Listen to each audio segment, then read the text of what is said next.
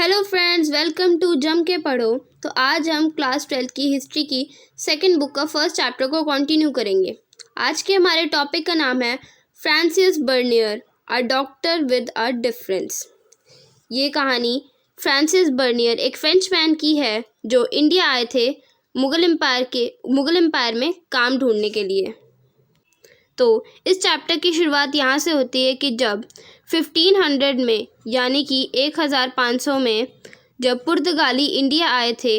उन्होंने बहुत सारे डिटेल अकाउंट लिखे थे, मतलब बहुत सारी डिटेल्स लिखी थी इंडियन सोशल कस्टम और रिलीजियस प्रैक्टिसेस के बारे में। मतलब पुर्तगाली जब इंडिया आए थे, उन्होंने यहाँ के बारे में बहुत सारी डिटेल लिखी थी, जैसे कि यहाँ के कल्चर क्या क्या है, यहाँ के कस्टम क्या क्या है, यहाँ पे कौन कौन से धर्म की कौन कौन से जाति के लोग रहते हैं, वो क्या क्या मानते हैं, किस किस को पूछते हैं। उन्होंने इनके बारे में बहुत सारी डिटेल्स में लिखा था। उनमें से एक थे ज्यूसेट रॉबर्ट नोबली, जो इंडियन टेक्स्ट को यानी कि हिंदी या उस टाइम पे संस्कृत, पाली, प्राकृत लैंग्वेज होती थी मेनली, उसको यूरोपियन लैंग्वेजेस में ट्रांसलेट करते थे, ताकि जो यूरोप के लोग हैं वो भी जान पाए कि इंडिया में जो टेक्स्ट हैं वो कैसे होते हैं और इसमें क्या क्या लिखा है, जो इंडियन टेक्स्ट में क्या क्या मेंशन है वो यूरोपियन लोग भी समझ सकें। तो उसके बाद जब पुर्तगाली के एक मशहूर राइटर दुआर्ते बारबोसा एक डिटेल्ड अकाउंट, मतलब बहुत डिटेलिंग में अकाउंट लिखते हैं ट्रेड और सोसाइटी इन साउथ इंडिया की ट्रेड और सोसाइटी के बारे में। और उसके बाद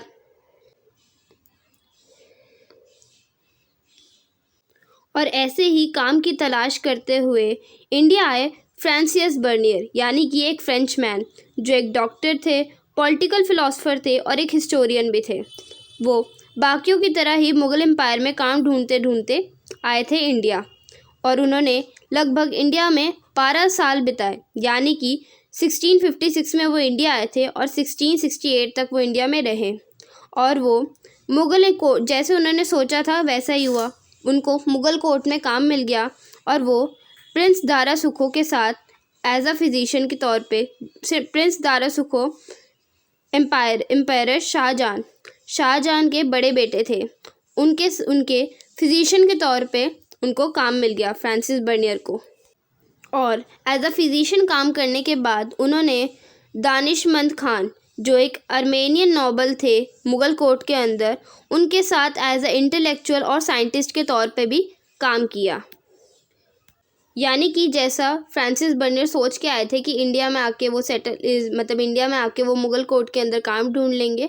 और वैसा ही हुआ, उन्हें काम मिल भी गया और वो वहाँ पे अच्छे से काम करने लग गए। यानी कि मुगल कोर्ट के प्रिंस दारा सुखो हैं, जो प्रिंस है मुगल एम्पायर के, उनके साथ ही उन्होंने एज अ फिजिशियन के तौर पे काम करा, और मुगल कोर्ट के जो नोबलिस्ट हैं उनके साथ भी उन्होंने साइंटिस्ट के तौर पे और इंटेलेक्चुअल के तौर पे काम करा।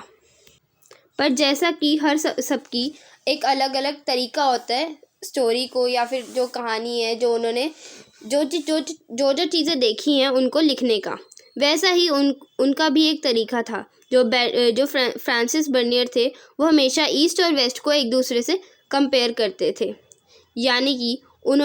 वो इंडिया में कई सारी जगहें घूमी और हमेशा वो हर एक चीज़ नोटिस करते रहते थे कि कहाँ पे क्या उनकी स्पेशलिटी है, क्या कहाँ पे कौन सा रिलीजियस फॉलो करते हैं लोग, कौन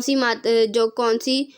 जगह हैं, कौन से जो उनके मंदिर वगैरह हैं उनको पूछते हैं, कहाँ कहाँ जाते हैं, क्या क्या उनके जो रिलीजियस मॉन्यूमेंट्स हैं वो क्या क्या हैं।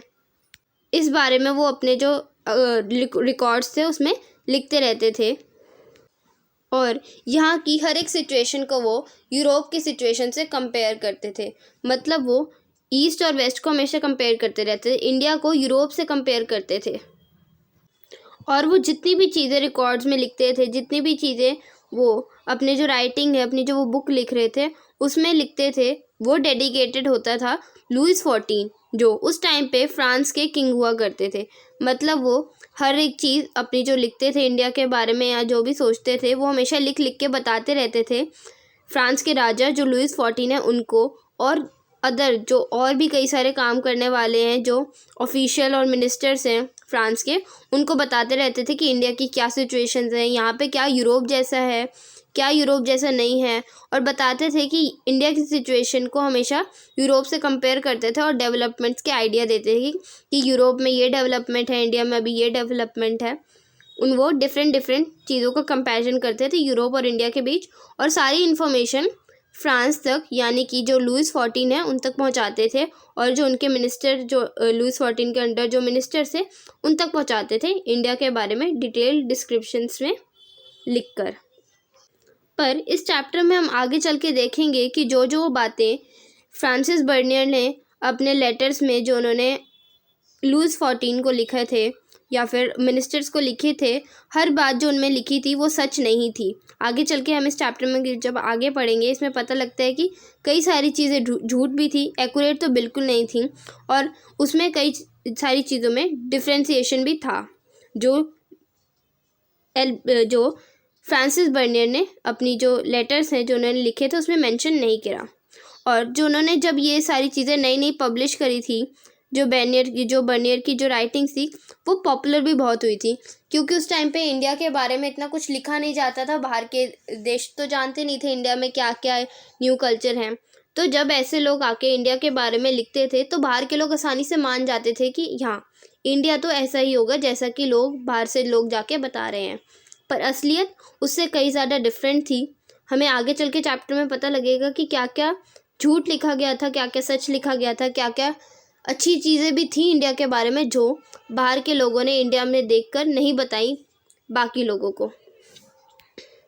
तो इसका मतलब है कि आगे चल के चैप्टर और भी इंटरेस्टिंग होने वाला है, कि आगे हम पढ़ेंगे कि कैसे जो बर्नियर के जितने भी बुक्स थी जो उन्होंने लिखी थी, या जो भी उनके लेटर जो थे उनको फ्रांस में कन्वर्ट कर दिया गया और फ्रांस में उनको बेचा गया। जो उनकी बुक्स थी वो पब्लिश होने लगी 1670 और 71 के बीच में, उसको फ्रांस लैंग्वेज में ट्रांसलेट करके उनको बेचा गया। और बाद में अगले ही 5 सालों के अंदर, मतलब 1670 से लेके 1675 के बीच में, जो भी उनकी जो बुक्स थी जो फ्रांस में ट्रांसलेट हुई थी, अब वो इंग्लिश लैंग्वेज में, डच लैंग्वेज में, जर्मन लैंग्वेज में और इटालियन लैंग्वेज में भी ट्रांसलेट होने लगी। उसके बाद 1670 और 1725 में जो उनके जो अकाउंट्स थे जो उन्होंने लिखा था वो दोबारा रीप्रिंट हुए 8 बार, और वो भी फ्रेंच लैंग्वेज में। और 1684 में फिर से रीप्रिंट हुए 3 बार इंग्लिश लैंग्वेज में। मतलब आप इमेजिन कर सकते हो कि वो कितने उत्सुक थे वहाँ के लोग जानने के लिए कि इस टाइम पे इंडिया का क्या कल्चर है, इंडिया की क्या सिचुएशन है। तो आगे चल के हम ये सारी चीज़ें पढ़ेंगे कि क्या क्या इंडिया की सिचुएशन थी, क्या क्या गलत था, क्या सही था। तो थैंक यू वेरी मच। ये टॉपिक आज का यहीं एंड होता है।